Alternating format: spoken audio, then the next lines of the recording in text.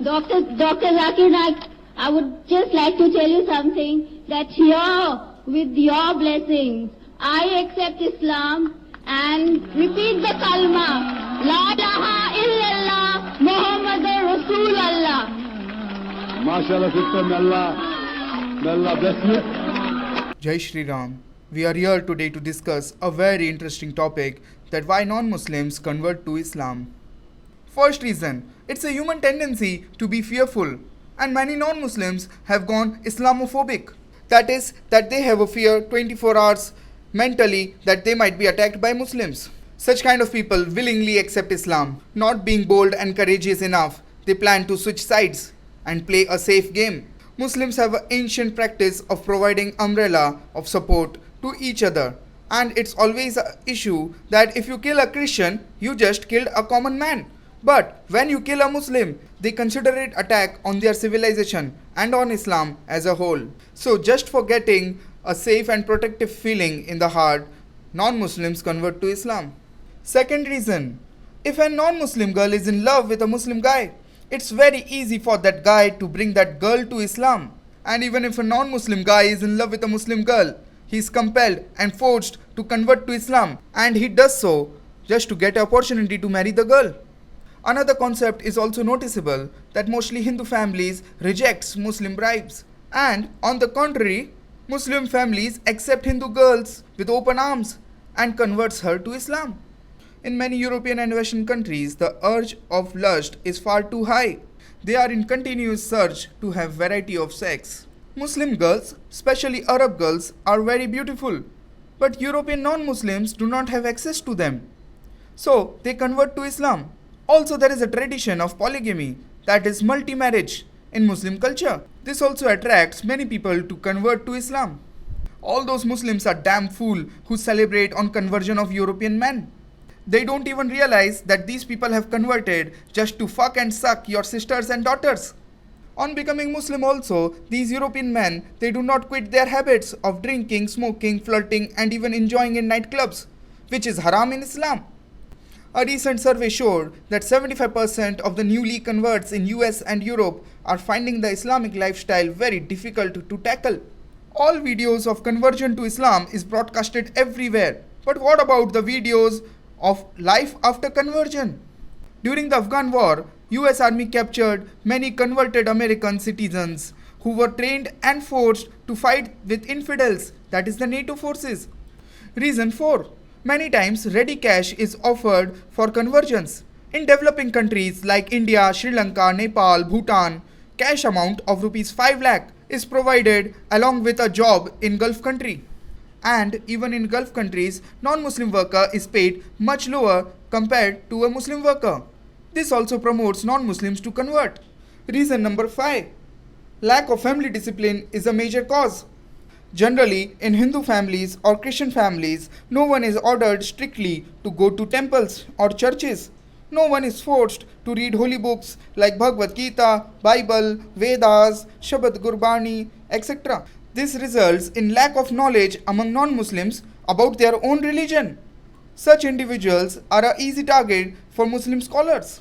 Knowing nothing about their own religion and coming under the propaganda of Islam leads to convergence of many non-Muslims to Islam. In Hindu religion especially, reading Gita or Vedas is considered a work which should be solely left for Pandits or elderly people of the family. A computer engineer may have full knowledge about science and technology, but when the question comes of his own religion, he says it's a myth. He sees the existence of God, Rama, with eyes of science, arguing on historical evidences and not on the beliefs and words of the followers. This is shameful that people criticize Islam knowing nothing about their own religion. And Muslim scholars like Dr. Zakir Naik defeat them in debate and question and answers, and they then convert to Islam. Reason number 6. We also need to understand that there should be proper punishment for the converts. The same way as there are death penalties for Muslims if they try to convert to any other religion. Lack of punishment also creates a sense of tolerance and people find it okay to convert to Islam. Reason number 7. More than 5,000 CIA and FBI undercover agents have accepted Islam just to gain intelligence for government and getting access to mosques and other secret locations. These agents have caused a lot of damage to Islamic militancy network in USA, which is proved by there were no terrorist attacks on US soil post 9/11. Reason number 8. Islamic concept of heaven is also very mouth-watering. With 72 black-eyed virgins, 40 mountains of gold, rivers of wine, etc., etc., a man happily agrees to convert, paying a small price, that is, his religion. A person who never had a single virgin is offered complete paradise along with 72 virgins in heaven. That's too much to imagine, especially for an uneducated, illiterate poor man who has been slave for his entire life. He becomes a easy prey for a radical mullah and he converts. Point number 9. Many times people living in Muslim dominated areas are forced to convert to Islam on gunpoint. They are slaughtered if they reject. Places like Kashmir, Pakistan, Bangladesh, Somalia, Nigeria, etc. are very good examples. Point number 10. In many parts of India, there is a widespread caste system with Brahmins on top and Shudras at the bottom. Shudras, scheduled caste, other backward classes constitutes a fairly good proportion of Hindu society. These people of bottom class have suffered racial discrimination and abuse by the upper class for past hundreds of years. These people easily agree to convert to Islam when approached by a mullah, just in exchange of social respect and equality. All these above mentioned points shows us that the truth of conversion to Islam is not as it is projected. Out of 100 converts, only 15% converts are true in their intentions. And only these 15% are the one who have converted to walk on the path of Allah subhanahu wa ta'ala. The remaining 85% are just selfish and greedy. So my friends and brothers, understand this, that Muslims propagate Islam only for convergence. There is nothing divine about Islam in any way whatsoever. If someone says that the sun is ice cold in nature and a crowd of 1,000 million agrees to him, still it will not change anything. The truth of sun is visible to all. This is applicable when 1,000 million Muslims says Islam is peaceful. The truth of Islam is visible to all. And every human on earth must know that there are many sects and castes in Muslims like Wahhabi, Hanafi, Shafi, Maliki, etc. So when some Muslim scholar converts someone, he brings him to his own sect. If he brings you to Wahhabi, that is Shia, you must ask what's wrong with Hanafi or Shafi, because even they claim that they are true Muslims. So who exactly is the right one?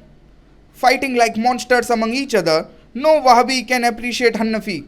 So my friends, all this nonsense and faulty propaganda shouldn't be encouraged. If we believe in Islamic concept of heaven, then they should clarify and justify this, that are there different compartments in heaven? One for Christian, one for Muslim, one for Hindu, one for Jew, etc., etc. So my friends, this is nothing but a big lie and a waste of time. Hell is here on earth, heaven is also here on earth. So is gold and wine and virgins, everything is here on earth. It entirely depends on your outlook and the way you see things. So if you have already converted to Islam, or if you are planning to convert, remember one thing, you are not accepting Islam, you are purchasing it. You are purchasing Islam. Peace and prosperity in the world is only possible by upgradation of individuals and not by shifting of religions. One world, one family, Vasudhaiva Kutumbakam. Peace to all. Jai Shri Ram.